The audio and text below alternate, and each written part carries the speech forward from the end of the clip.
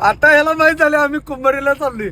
आता कुंभारीला काय चाललोय तर आमऱ्या मला म्हणला पार्टी सांगतो पण कुंभारीला जेव्हा जायला लागतं याला वाटलं मी जाणारच नाही. आलो आम्ही मोठी आमची जी वॅगन घेऊन आणि याला आता माहित झाले जेवायला चालली. आमऱ्या काय म्हणायचं अरे नाही बी म्हणायचे खरं तुम्ही. पाचेगाव पासून 41 किलोमीटर लांब आम्ही हॉटेल आर्यन गार्डनला फक्त जेवायला चाललोय.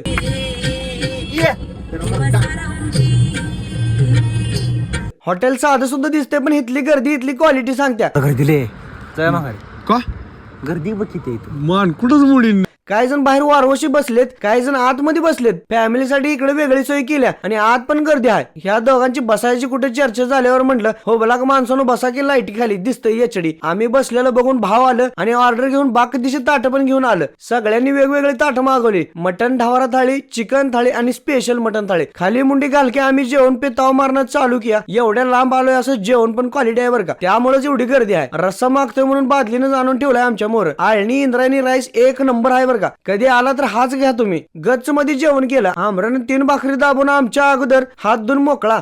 राईस लय क्वालिटी आहे. तिसरी वाटी आहे माहिती, तिसरी वाटी आळणी इंद्रायणी राईस. फुकटच आहे रे.